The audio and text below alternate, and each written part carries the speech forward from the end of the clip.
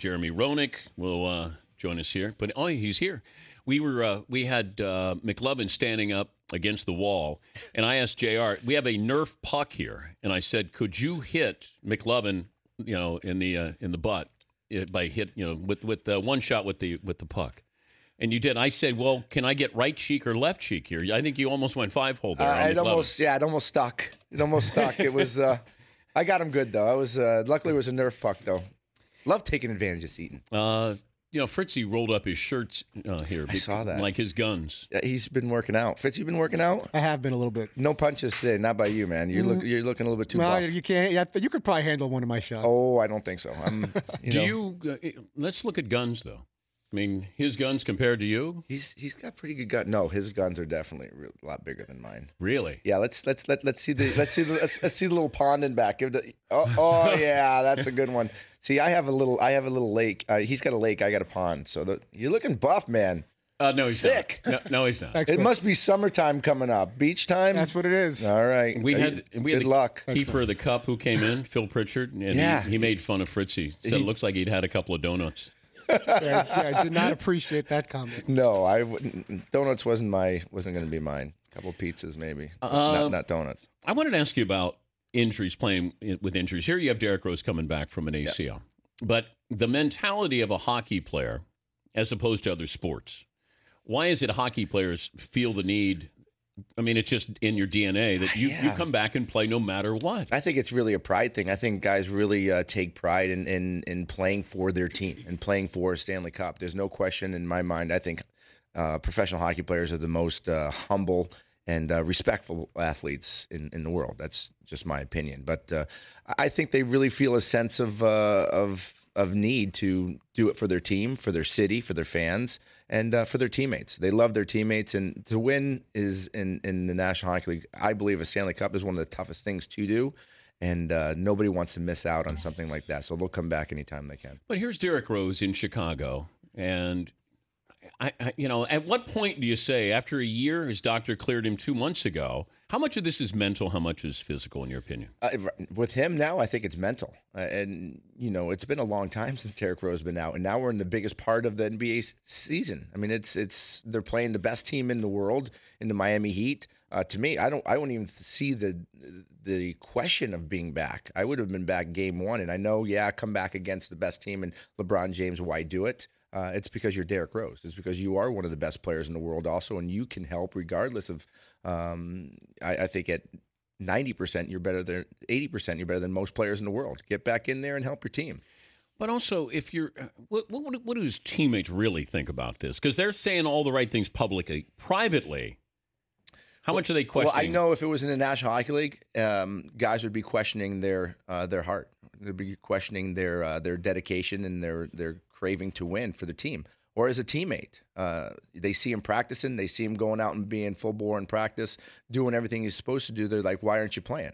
I know that would be the mentality in hockey, and I don't know what it's like in baseball, but I think that also adds to the eagerness of getting back, because they know that the guys, hey, when you're ready, you get in there and play, and you play hard.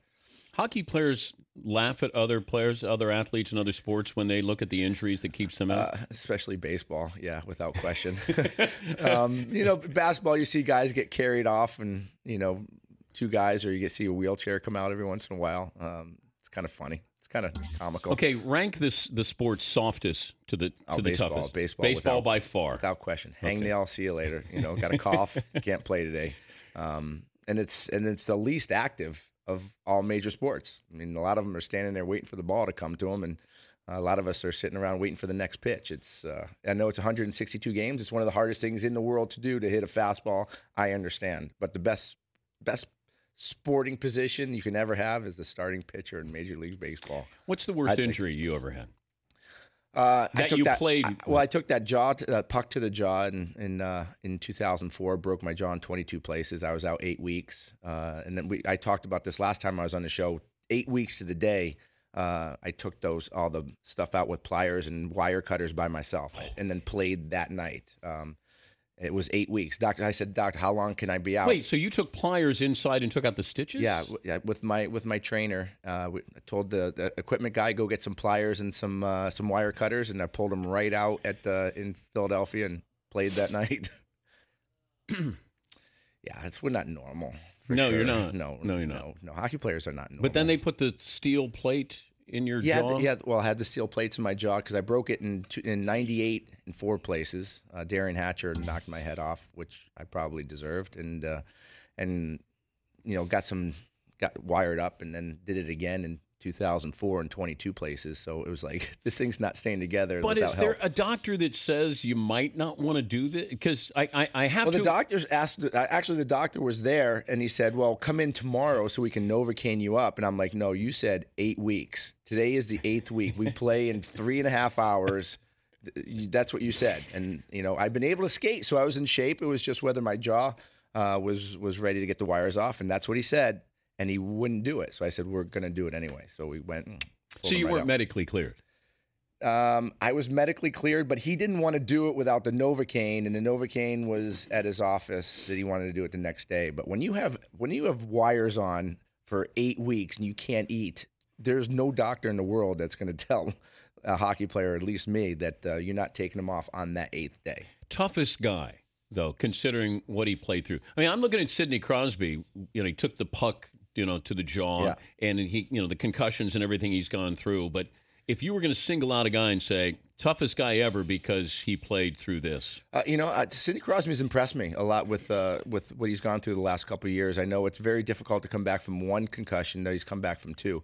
And that puck to the jaw, he got right up. I mean, you see his teeth come out of his mouth. He got up and skated off the ice, and granted has come back and has played as well as he has coming back with a pretty awful injury. That takes a lot of guts and takes a lot of mental fortitude to actually go there. In terms of toughness, guys that are some of the toughest guys, I mean, they're a dime a dozen in the National Hockey League. I mean, I've seen guys play through all sorts of stuff. I mean, you should see guys getting needles in the toes and the fingers so that they can just get through playing and getting their foot in a boot with broken toes that are like the size of this helmet. It seems it's. There's a lot of pride in a National Hockey League player, and when they play for the Stanley Cup, they'll do anything to compete and be a part of it. What about the guy who gets the Lady Byng trophy? Do you guys laugh at the Lady Byng trophy recipient? I would. That would probably be the last trophy on earth that I would want to win because, And what's it represent? It's good sportsmanship, which I could care less about good sportsmanship. I just wanted to win. Being a nice guy, it's being out of the penalty box. I prided myself on taking a beating and giving a beating, and I'm very proud of my 2,600 penalty minutes in my career. Gretzky won Lady Byng 4 times. Yeah, I know. Gretz wasn't a tough guy. He was just the best player that ever played, and that's. But he would cut your heart out. So what kind of sportsman was he? I mean, he was dominating people. He'd cut your heart out, on the scoreboard and cut your heart out. He would embarrass you with some of his moves. But he's built like Seton is. Actually, I think Seton's got a better build than Gretz for sure, no question. Gretz has that too. He has that too. Great guy though, but definitely didn't want to drop the gloves too much, and he didn't have to. He shouldn't have to. He had a lot of guys protecting him. That's why he didn't go near Gretz. You're going to get the tar beat out of you every time. We're going to continue with Jeremy Roenick, NBC Sports Network hockey analyst. We'll talk some playoffs here coming up in a moment. The Stanley Cup playoffs continue tonight. 4 games across the NBC Sports Network and CNBC. Coverage begins NHL Live on NBC Sports Network, 6:30 Eastern. We will get some more of your phone calls on our poll question about Derek Rose. Charles Barkley coming up next hour. We'll continue with Jeremy Roenick. Actually have a stat of the day for Jeremy Roenick. That's coming up. Dan Patrick Show.